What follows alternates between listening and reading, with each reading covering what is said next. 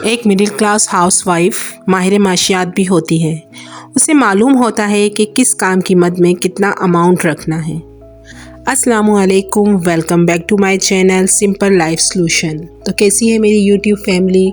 उम्मीद करती हूँ खैरियत से होगी और रमज़ानुल मुबारक की रहमतों को, बरकतों को दोनों हाथों से समेट रही होगी। और अब तो अशराए मग़फ़िरत चल रहा है और शब क़दर को तलाश करना है। अल्लाह ताला सबको शब क़दर नसीब फ़रमाए और उसकी तमाम फ़जीलतें हमें और आप सब लोगों को पाने की तौफ़ीक़ अता फ़रमाइए। तो आते हैं अपने टॉपिक की तरफ, जो है मिडिल क्लास हाउसवाइफ माहिर माशियात भी होती है। जी हाँ, अगर देखा जाए तो एक कम बजट को लेकर एक पूरे महीने को डील करना, मैनेज करना एक निहायत ही मुश्किल, बल्कि मैं कहती हूँ नामुमकिन काम होता है, जो एक औरत सरअंजाम देती है, एक हाउसवाइफ सरअंजाम देती है। और मज़े की बात तो ये होती है कि उसने इकनॉमिक्स भी पढ़ी हुई नहीं होती है। हमारी मिडिल क्लास हाउसवाइफ की जो यूँ समझ लीजिए एजुकेशन जो होती है वो कुछ इतनी ख़ास नहीं होती। कोई डिप्लोमा होल्डर नहीं होती, वो कोई डिग्री होल्डर नहीं होती हैं, लेकिन फिर भी वो अपने घर की मईशत को बहुत बेहतरीन तरीके से चलाती हैं और बहुत अच्छे तरीके से मैनेज करती हैं कि महीने के शुरू में इनको जो भी अमाउंट दिया जाए उसको इस तरीके से मुख्तलिफ़ अखराजात की मद में रखा जाता है कि हर ख़र्चा अच्छे तरीके से, एहसन तरीके से पूरा हो जाए और कुछ बचत की मद में भी बच जाए। तो इसके लिए यही है कि एक हाउसवाइफ को माहिर माशियात बनना पड़ता है। अगर वो ये नहीं बनेगी और अगर वो ये गुर नहीं सीखेगी तो उसके घर की मईशत ख़राब हो जाएगी और एक समझ लीजिए घर चल ही नहीं सकेगा और बहुत ज़्यादा क्राइसिस का शिकार हो जाएगा वो पूरा घराना। एक अगर औरत सही तरीके से घर को मैनेज नहीं करे तो पूरा घराना, पूरा घर बार हर चीज़ मुतासिर हो जाती है और यूँ समझ लीजिए कि बिल्कुल वो घर नहीं चल सकता और नौबत बहुत ज़्यादा बुरे हालों पर पहुंच जाती है। तो एक हाउसवाइफ को अल्लाह ताला ने इतनी ज़्यादा अक्ल शऊर दिया है कि वो हर तरीके से अपने घर को मैनेज करना जानती है कि कहाँ बचत करनी है, यहाँ तक कि पकौड़ों में कितने प्याज और कितने आलू डालने हैं ये तक उसने मैनेज करके रखा होता है कि आज मैंने कितने पकोड़े बनाने हैं, आज मैंने कितनी चाट बनानी है, आज मैंने कितने दही बड़े बनाने हैं, कितना खाना बनाना है। और यही उसकी बचत होती है। किचन से ही बचत का आगाज़ होता है और किचन से ही बचत का इख्तिताम होता है।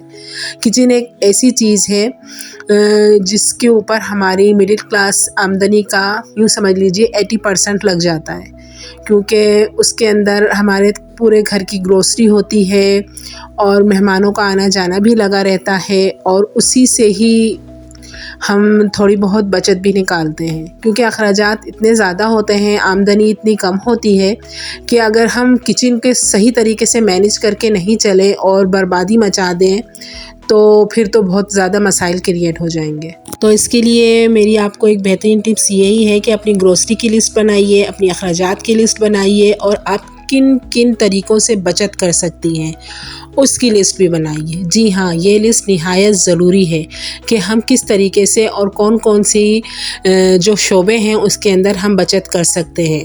यानी कि किचन में हम किस तरीके से बचत कर सकते हैं, मसाला जात में बचत कर सकते हैं ताकि वो नेक्स्ट मंथ हमारे कुछ कम आए, कुछ हम दीगर और अशिया में बचत कर सकते हैं। हम बिजली के बिल में बचत कर सकते हैं कि बिजली को हम बचत के साथ इस्तेमाल करें और गैर ज़रूरी पंखे, लाइटें, गैर ज़रूरी दीगर बरकी अशिया जो होती हैं बिजली से चलने वाली, उनका इस्तेमाल हम कम करें या बहुत एहतियात से करें, या गैर ज़रूरी हमने पंखे और लाइटें नहीं चलानी हैं। अगर हम कपड़े इस्त्री कर रहे हैं तो हमने अपना फ्रिज को ऑफ़ कर देना है, उससे बिजली की बचत होगी और बिजली जो है वो एक ही चीज़ में इस्तेमाल होगी। यानी कि जब हम कपड़े प्रेस कर रहे हैं और हमारा फ्रिज बंद है तो दो भारी चीज़ें जो बिजली ज़्यादा कंज्यूम करती हैं उनमें से एक ऑफ़ हो जाएगी, तो हमें बिजली की बचत होगी और इसी तरीके से हम अपना बिल कम कर सकेंगे।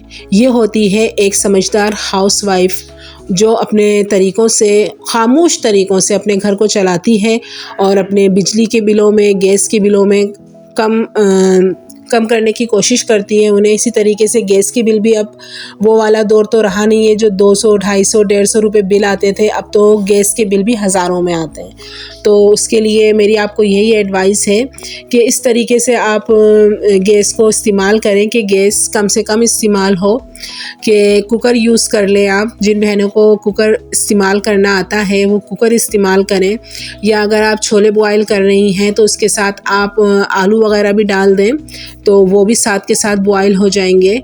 और बहुत ज़्यादा तेज़ आंच पर खाने ना पकाए जाएं, क्योंकि आंच अगर तेज़ हो जाए, स्टोव हम अपना तेज़ कर लें तो वो चीज़ जलती है और गैस ज़्यादा इस्तेमाल होती है। और इस तरीके से फिर गैस ज़्यादा ख़र्च होगी तो फिर बिल भी ज़्यादा आएगा। और अब तो खैर सर्दियाँ चली गई हैं, वरना सर्दियों में भी आप ये वाला काम ना करें कि आपका गीज़र ऑन है तो ऑन ही है, और जिनके पास गीज़र नहीं है तो उन्होंने अगर पानी बॉयल करने के लिए रख दिया है, गर्म होने के लिए, तो उन्होंने शावर लेना बहुत देर में है और वो बस हल्की आंच पर, या वो पानी बस बॉइलिंग पर ही है, तो उससे भी गैस की निहायत बुरी तरीके से उसका इसराफ़ हो जाता है और हम फिर ज़्यादा बिल देते हैं। क्योंकि सर्दियों में ऑलमोस्ट पानी गर्म करने की वजह से, गीज़र की वजह से गैस के बिल ज़्यादा आते हैं। और गर्मियों में ये है कि बिजली के बिल ज़्यादा आते हैं कि हम पंखे ज़्यादा चलाते हैं। तो उसके लिए मैं आपको एक टिप ये भी दूंगी कि सब लोग मिलकर बैठें। अलग अलग रूम्स में बैठने से बेहतर है एक जगह पर बैठें, एक पंखा चलेगा, एक कूलर चलेगा, या अगर एसी है तो वो एक चलेगा। वैसे मिडिल क्लास घरानों में या तो एसी होते नहीं हैं, और अगर होते हैं तो वो एक ही होता है जो रात के औकात में चलाया जाता है 11 बजे के बाद, कि बिजली, फिर वही बात कि बिजली का बिल कम आए, या 2 घंटे 2.5 घंटे चलाकर बंद कर दिया जाता है कि कूलिंग मुयस्सर आ जाए। तो यही छोटी छोटी सी टिप्स होती हैं और यही बचतें होती हैं कि जिनको हम इख्तियार करके अपने घर के बजट को कंट्रोल कर सकते हैं। और ये हमें कोई माहिर माशियात नहीं बताता कि आपने इस तरीके से अपने घर को चलाना है, यहाँ बचत करनी है, यहाँ अखराजात करने हैं। ये हमारा जहन है जो अल्लाह ताला ने एक औरत को ज़रख़े ज़हन दिया है घर चलाने के लिए, तो वो उसी तरीके से चलाती है। और मेरी बहुत सारी बहनों के कबर्ड के खानों में, अलमारियों के खानों में एक हिस्सा है, खाना ऐसा भी होगा जिसके अंदर वो अपने वो कपड़े या वो सूट वगैरह या वो चीज़ें वो तहाइफ़ रखती हैं कि जो इमरजेंसी में कहीं शादी आ जाए, या जाना पड़ जाए, या कोई बर्थडे हो, या किसी को कोई लेन देन करना हो, तो उन खानों में से, उन खुफिया खानों में से वो सामान निकाला जाता है और उसे पैक किया जाता है और उससे तोहफ़ों में दिया जाता है, लेन देन होता है। तो ये भी मेरी हाउसवाइफ जो हैं उनका एक ख़ूबसूरत तर्ज़ अमल है कि वो इस तरीके से अपने घर को चलाती हैं कि इमरजेंसी में भी उन घर के अंदर से बहुत सारी चीज़ें इस तरीके की निकल आती हैं जो हम तोहफ़ों तहाइफ़ में भी देते हैं और देते ही रहे हैं। ये चीज़ें हमने अपनी माँओं से सीखी हैं, हमारी माएँ भी इसी तरीके से करती थीं। उस दौर में संदूक होते थे बड़े बड़े, हमने कबर्ड्स तैयार कर ली हैं। अलमारियों में वो खाने अब मज़ीद छोटे हो गए हैं, क्योंकि फिर वही बात कि महंगाई बहुत हो गई है और हर चीज़ सिकुड़ गई है। और आप मेरे साथ बने बने यहाँ तक आ गए हैं तो प्लीज़ प्लीज़ प्लीज़ मेरे चैनल को सब्सक्राइब कीजिए, मेरी वीडियोस को लाइक कीजिए और फ्रेंड्स एंड फैमिली में लाजमी शेयर कीजिए कि आपकी सपोर्ट की मुझे बहुत ज़रूरत है। और एक प्यारा सा कमेंट्स हो जाए तो मुझे मोटिवेशन मिल जाती है और मुझे ये मालूम हो जाता है कि आप देखना क्या चाहते हैं। तो फ्रेंड्स एंड फैमिली में लाजमी शेयर कीजिएगा मेरे चैनल को। और बस अब रमज़ान मुबारक का अख्तिताम है और ईद की आमद है, तो अब ईद के हवाले से, सेल्फ़ केयर के हवाले से भी मैं आपको बहुत कुछ बताऊंगी आने वाले ब्लॉग्स में।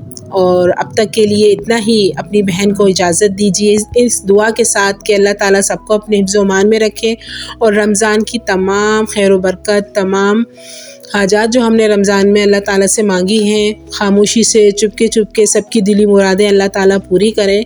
कि यही एक महीना होता है पूरे साल में कि जिसके अंदर हम यूँ समझ लीजिए पूरे साल का रिस्क अल्लाह से मांग लेते हैं, पूरे साल की खैरें अल्लाह से मांग लेते हैं, पूरे साल की बरकतें अल्लाह ताला से मांग लेते हैं। तो आप सब लोगों से भी यही गुजारिश है कि अपनी बहन को दुआओं में लाजमी याद रखिएगा।